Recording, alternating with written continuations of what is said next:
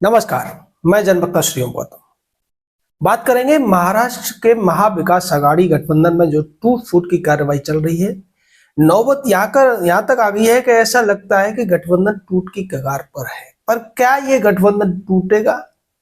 इसमें जो मोल तोल या जो बार्गेनिंग हो रही है वो इस बात पर हो रही है कि उद्धव ठाकरे ये चाहते हैं कि उन्हें एक तो लड़ने के लिए ज्यादा सीटें दे दी जाए, दूसरे उनको मुख्यमंत्री के तौर पर उनका नाम आगे कर दिया जाए।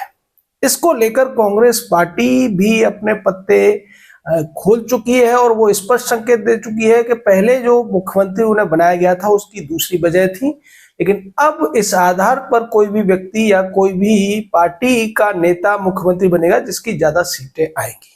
इसको लेकर उद्धव ठाकरे ने एक बयान भी दे दिया।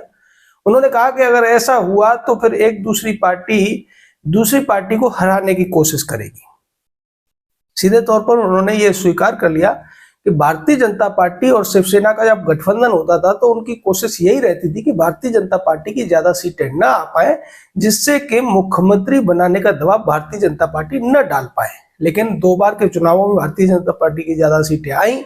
एक बार तो उन्होंने शिवसेना को मुख्यमंत्री पद दे दिया, लेकिन दूसरी बार जब ज्यादा सीटें आई तो भारतीय जनता पार्टी ने कहा कि हमारा मुख्यमंत्री बनेगा और इसी बात पर लड़ाई हो गई। इसी बात पर दोनों अलग हो गए थे।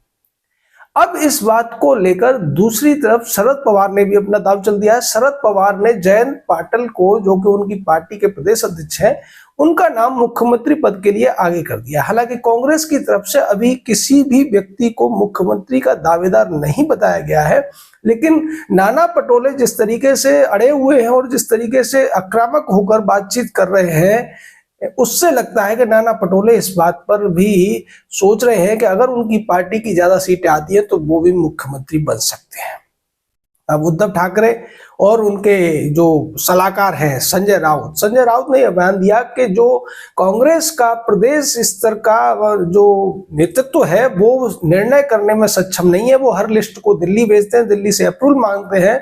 तो हम राहुल गांधी से बात करेंगे और दिल्ली से ही फैसला होगा कि कौन कितनी सीटों पर लड़ेगा। हालांकि कहा यह जा रहा है कि तीनों ही पार्टियों के बीच में ज्यादातर सीटों पर सहमति बन गई है, केवल 25-30 सीटों पर सवाल अटका हुआ है। अब ये 25-30 सीटें कौन सी हैं जिनमें भारतीय जनता पार्टी के साथ गठबंधन में शिवसेना को सीटें मिल गई थी, और इनमें भी सबसे ज्यादा सीटें मुंबई से हैं। अब इस सब कवायद के पीछे उद्धव ठाकरे की योजना ये है कि उन्हें पता है कि लोकसभा चुनावों में जिस तरीके से कांग्रेस पार्टी और शरद पवार की एनसीपी का प्रदर्शन रहा है और उनकी पार्टी का जो प्रदर्शन कमजोर रहा है, अगर वो ज्यादा सीटों पर नहीं लड़ेंगे तो जैसा कि भारतीय जनता पार्टी के गठबंधन में भी होता था, तो उनकी जीतने की संभावना घट जाएगी। और अगर उनकी 50 या 50 से कम सीटें ही वो जीत पाते हैं तो मुख्यमंत्री का तो ख्वाब भी वो देख नहीं पाएंगे। इसीलिए वो बार बार ये दबाव डाल रहे हैं कि मुख्यमंत्री पद के उम्मीदवार का संयुक्त रूप से ऐलान कर दिया जाए, जिस पर न कांग्रेस राजी है और एनसीपी ने तो अब अपना मुख्यमंत्री पद का उम्मीदवार का नाम भी दे दिया है। यही उद्धव ठाकरे की सरदर्दी है। लेकिन अब सवाल उठता है कि क्या इन तीनों का गठबंधन टूट जाएगा? नहीं, गठबंधन नहीं टूटेगा, क्योंकि उद्धव ठाकरे इस गठबंधन में, या फिर कहें कि कांग्रेस और एनसीपी के साथ, वो इसीलिए है कि उनका स्वार्थ इससे जुड़ा हुआ है।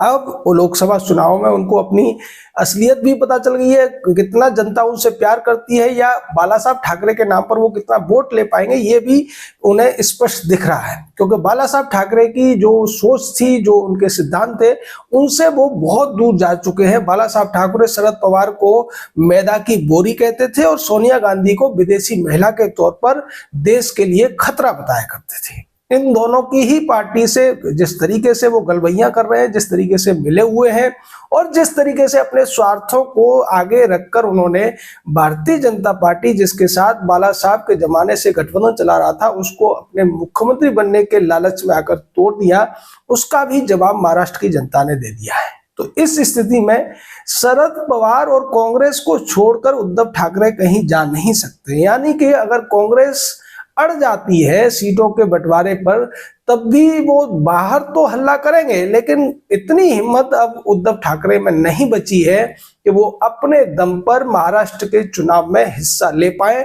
या अपने दम पर अपनी पार्टी की सीटें जिता पाए।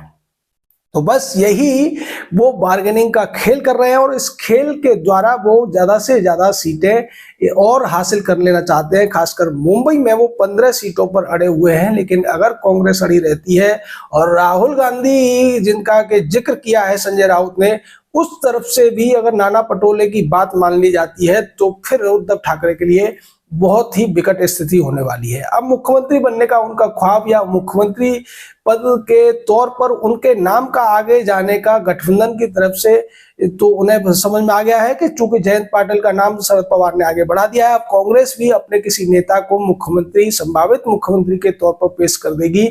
तो यहाँ अब स्थिति और ज्यादा विकट होने वाली है उद्धव ठाकरे के लिए। लेकिन हाँ, ये पक्का है कि चुनावों तक ये गठबंधन टूटता हुआ तो अभी नजर नहीं आ रहा है, लेकिन होने को कुछ भी हो सकता है। पर इस गठबंधन में उद्धव ठाकरे की हैसियत 3rd नंबर की रहने वाली है। हालांकि जब इस गठबंधन की सरकार थी तो उद्धव ठाकरे मुख्यमंत्री थे, लेकिन अब स्थितियां बहुत ज्यादा बदल गई हैं। उद्धव ठाकरे की पार्टी में बड़ी टूट हुई थी और उन्हीं के गुट के नेता एकनाथ शिंदे इस समय महाराष्ट्र के मुख्यमंत्री हैं। उद्धव ठाकरे का चुनाव में क्या प्रदर्शन रह सकता है, ये भी शरद पवार को, कांग्रेस को अच्छी तरीके से पता है और यही आईना दिखाने की कोशिश वो उन्हें कर रहे हैं, जिसे वो अभी भी नकार रहे हैं। लेकिन देर सवेर उद्धव ठाकरे को ये स्वीकार करना ही पड़ेगा कि महाराष्ट्र की राजनीति में वो अपने दम पर ना तो अपनी सरकार बना सकते हैं, ना ही किसी गठबंधन में मुख्यमंत्री के पद पर दावा कर सकते हैं। उन्हें उसमें एक सहयोगी के तौर पर ही लिया जा सकता है और यही बात उनके सहयोगी कह भी रहे हैं। जय हिंद, जय भारत।